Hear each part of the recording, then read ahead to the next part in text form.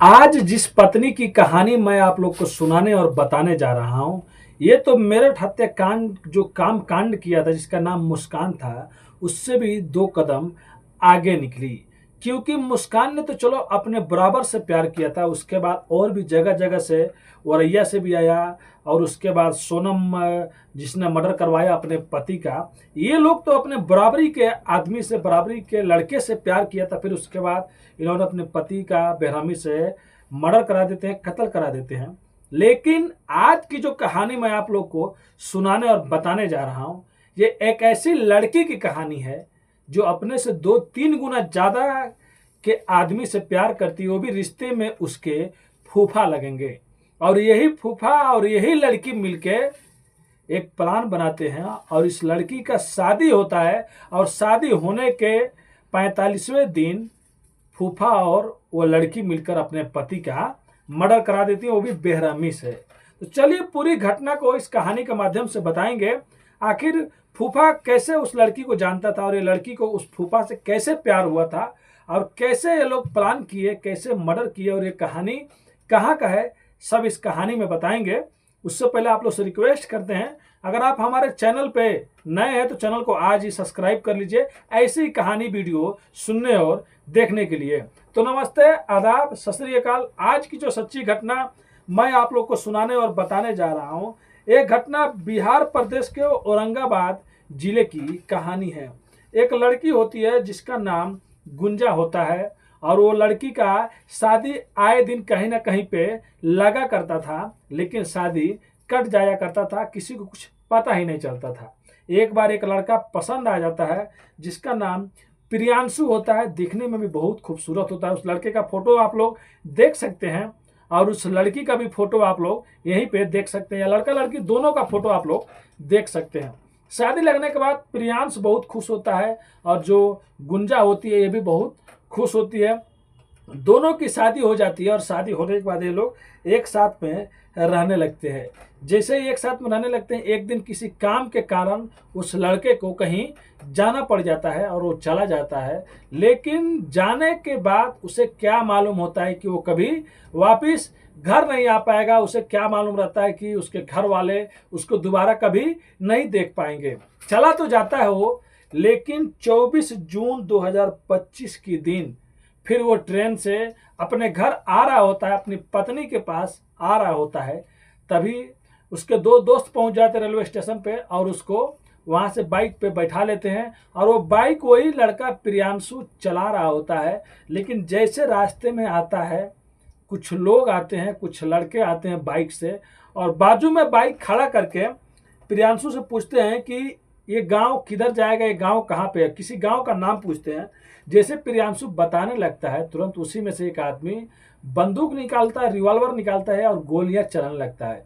4 गोली तो मौके पे ही जो प्रियांशु होता है उसके सर में लग जाती है और 4 गोली उधर उधर लग जाती है। यानी कि कुल 8 फायरिंग उधर से वो लोग करते हैं, जिसमें 4 गोली लग जाता है। प्रियांशु की वहीं पे मौके पे मौत हो जाती है।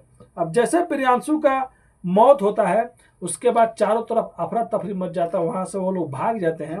पुलिस मौके पर पहुंचती है, लाश को कब्जे में लेती है और लाश को कब्जे में लेने के बाद उसका पोस्टमार्टम के लिए भेजा जाता है। और फिर उसके बाद जब घर पे लाश आता है प्रियांशु का, तो उसकी पत्नी गुंजा रो रही होती है, चिल्ला रही होती है, चीख रही होती है, क्योंकि शादी के 45वें दिन यानी कि 1.5 महीने के बाद जिसका पति का मर्डर हो जाए, जिसका पति को किसी ने मार के भाग गया और ये भी पता नहीं चला कि क्यों उसने मारा हो, तो सोच सकते उस परिवार पे क्या बीतता होगा। इधर लड़की के घर वाले भी रो रो के बुरा हाल हो जाता है, लड़की के भी घर का रो रो के बुरा हाल हो जाता है। लेकिन पुलिस को सबसे पहले उसकी पत्नी पे शक होता है, क्योंकि आए दिन ऐसी घटनाएं सामने आ रही होती है। जैसे सोनम हो गया जिसने अपने राजा रघुवंशी का मर्डर कराया हनीमून के बहाने। फिर आप लोग मेरठ हत्याकांड देख सकते हैं। फिर एक प्रगति नाम की जो औरैया की, पुलिस सबसे पहले जो उसकी पत्नी रहती है उसका मोबाइल कॉल डिटेल निकालती है, सीडीआर निकालती है, तो पता चलता है कि एक नंबर है, उस नंबर पे अक्सर वो बात किया करती थी। और जब उसका पूरा डिटेल निकाला जाता है तो पता चलता है कि शादी के दिन एक नंबर पे वो लगभग 99 बार बात की रहती है, हर कुछ ना कुछ देर टाइम बाद। तो पुलिस उस नंबर को जब निकालती है तो पता चलता है कि वो लड़की का फूफा रहता है और वो लड़की का फूफा का नाम जीवन सिंह रहता है, जिसकी उम्र 60 साल होती है। अब पुलिस कड़ी में कड़ी मिलाने लगती है, कड़ी से कड़ी जुटाने लगती है।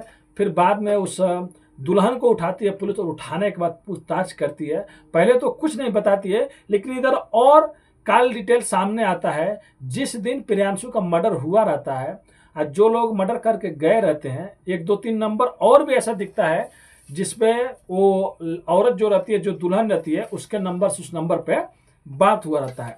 और ये नंबर का जानकारी कहाँ से पुलिस को मिलता है? जब प्रियांशु का मर्डर हो जाता है तो जब पुलिस वाले घर पे आते हैं, पूरा घर को चेक करते हैं, तब उस घर से 3 मोबाइल मिलता है। प्रियांशु को तो पहले वो लोग मतलब उसका मोबाइल जब्त कर लिए रहते हैं, लेकिन घर में 2 और मोबाइल मिलता है। एक मोबाइल तो गुंजा की रहता है, यानी कि उसकी पत्नी का रहता है, लेकिन एक और मोबाइल जो रहता है ना, वो किसी और का नहीं, उसी का पत्नी का रहता है। अब पुलिस उठाती है, और उठाने के बाद उसमें साफ साफ नंबर से सब चीज़ से पता चल जाता है। उधर वो अपने फूफा से भी बात कर रही है शादी के दिन, उसके बाद जिस दिन मर्डर होता है उससे भी पहले, मतलब ज़्यादातर टाइम वो अपने फूफा से ही बात किया करती थी। और कुछ सोशल साइट पे, कुछ व्हाट्सएप पे, कुछ मतलब एडल्ट फोटो भी भेजी थी अपनी। तो इसके बाद फूफा को भी पुलिस उठाती है, और इसको भी पुलिस उठाती है, और उठाने के बाद इससे पूछने लगती है। बाद में जो गुंजा रहती है टूट जाती है। टूटने के बाद कहती है कि हाँ, मैंने ही अपने पति का कत्ल करवाया, और वो भी मैं अकेली नहीं थी, मेरा फूफा भी थे, और मेरा फूफा से अवैध संबंध कई सालों से था, 15 सालों से। तो सोच सकते हैं भाई, 15 साल या 10 साल कम नहीं होता है। तो फूफा पहले शादी कहीं पे लगता था इसका, तो फूफा खुद शादी काट दिया करता था। लेकिन इस बार गुंजा के घर वाले ने फूफा की बात नहीं मानी और गुंजा की शादी कर दी। लेकिन गुंजा शादी के दिन से ही प्लानिंग करना शुरू कर दी कि हम कैसे अपने पति को मारूं, कैसे नहीं मारूं, कैसे उससे छुटकारा पाऊं। क्योंकि जो फूफा था ना, वो दिखने में भले बूढ़ा था, 60 साल का था, लेकिन पैसे वाला था। शायद उसका ट्रांसपोर्ट का भी बिजनेस था, और कुछ 1 2 शोरूम भी था बाइक वाइक का। तो थोड़ा बहुत तो पैसे ज़्यादा ही होंगे इस लड़की के घर वालों से। इसके लिए लड़की उस पर शायद फिदा रहती थी, और उसके बाद अपने फूफा से बात करती है। और वही फूफा हायर करता है शूटरों को। शूटर झारखंड से आए रहते हैं, और ये तय हुआ रहता है कि इसको 24 जून को नहीं, 22 जून को ही मतलब रास्ते से हटाना है प्रियांशु को। लेकिन 22 जून को जहाँ पे प्रियांशु रहता है, वहाँ पे भीड़ भड़ाका इलाका ज़्यादा रहता है। शूटर लोग कहते हैं कि वहाँ पर अगर गोली चलेगी तो शायद बात और बिगड़ जाएगी। इसके लिए वो लोग इंतजार करते हैं। और जिस दिन प्रियांशु घर पे आ रहा होता है, अपनी बीवी को हर 10 मिनट 1 घंटे में बात करता, तो मैं यहाँ पे आ गया हूँ। और इसकी बीवी तो थी जो शूटरों से संपर्क में थी, और उसको कपड़े का कलर, कब आ रहा है, कौन लेके जाने जाएगा, कब इसका टाइम है, सब शूटरों को बता रही होती है। जैसे ही वो ट्रेन से निकलता है, अपने दोस्तों का बाइक पे, अपना खुद बाइक चला रहा होता है, इधर ये शूटर को इशारा करती है। शूटर लोग जाते हैं और रास्ता गांव पूछने के बहाने इस पे हमला कर देते हैं, जिस पर मौके पे मौत हो जाती है।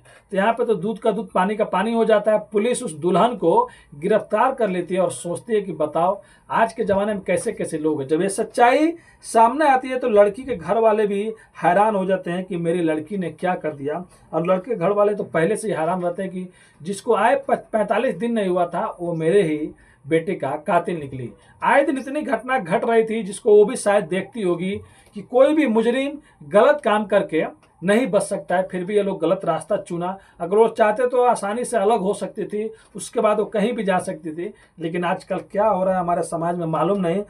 पत्नियों का कुछ भी पता नहीं चल रहा है शादी के बाद, वो लोग का दिमाग में क्या चल रहा है। और लगभग सोच सकते हैं 2025 में 1 2 नहीं, बहुत ज़्यादा मर्डर हो गया, और पत्नियां ने ही ऐसे मर्डर पति का किया है। तो इन लोगों को भी मैं एक ही चीज़ कहता हूँ, कोई भी है, लड़के हो या लड़की हो, भाई अगर एक दूसरे के साथ में नहीं रहना है तो अच्छे से बात करो, डाइवोर्स ले लो, अलग हो जाओ। किसी का जो बेगुनाह उसको क्यों मर्डर करना। और अगर आप गलत काम कर भी रहे हैं तो ये भी सोच लीजिए कि आप लोग पुलिस से नहीं बच सकते हैं। तो ये थी कहानी बिहार की औरंगाबाद की, जहाँ एक लड़की अपने फूफा से प्यार करती थी, और प्यार करने के बाद ये सोचती थी कि मेरा जिससे भी शादी होगा उसको कत्ल कर देंगे। और पहले भी कई जगह शादी लगा, तो शायद उन लोग का अच्छा नसीब था, वो लोग बच गए। लेकिन इधर प्रियांशु बेचारा जो अच्छा था, जो बेकसूर था, जो कुछ नहीं जानता था अपने पत्नी के बारे में, लेकिन पत्नी ही कातिल निकली थी। फिलहाल ये जेल में चली गई और हमेशा शायद जेल में ही सड़ेगी। तो ये कहानी सुनाने का उद्देश्य किसी का भी दिल दुखाना नहीं है, बस आप लोग को जागरूक और सचेत करना है। अगर आपके भी कहीं शादी लग रहा है, सबसे पहले लड़की हो या लड़का हो, साफ साफ पूछ लीजिए। अगर उनका कहीं पर कुछ है, दोस्ती है तो आप लोग पहले अलग हो जाइए। आपकी कहीं और भी शादी हो सकती है, लेकिन शादी अगर हो भी जा रही है तो बात कीजिए, लेकिन ये सब गलत काम मत कीजिए, क्योंकि ये गलत काम करने के बाद भी आप बच नहीं सकते, क्योंकि कानून से कोई नहीं बच सकता है। इसीलिए हमेशा खुश रहें, अच्छा काम करें और अपने फैमिली का ख्याल रखें। और जाने से पहले अपने भाई को भी सपोर्ट कर दें, सब्सक्राइब कर दें, लाइक कर दें, शेयर कर दें। आपका भाई बहुत ज़्यादा मेहनत करता है, गाड़ियाँ भी चलाता है, जब टाइम मिलता है, कुछ टाइम में काम नहीं रहता तो आप लोग के लिए वीडियो बनाता है। तो मिलते हैं नेक्स्ट वीडियो में फिर से कुछ सच्ची कहानियों के साथ। अभी के लिए अलविदा लेते हैं आप लोगों से। धन्यवाद।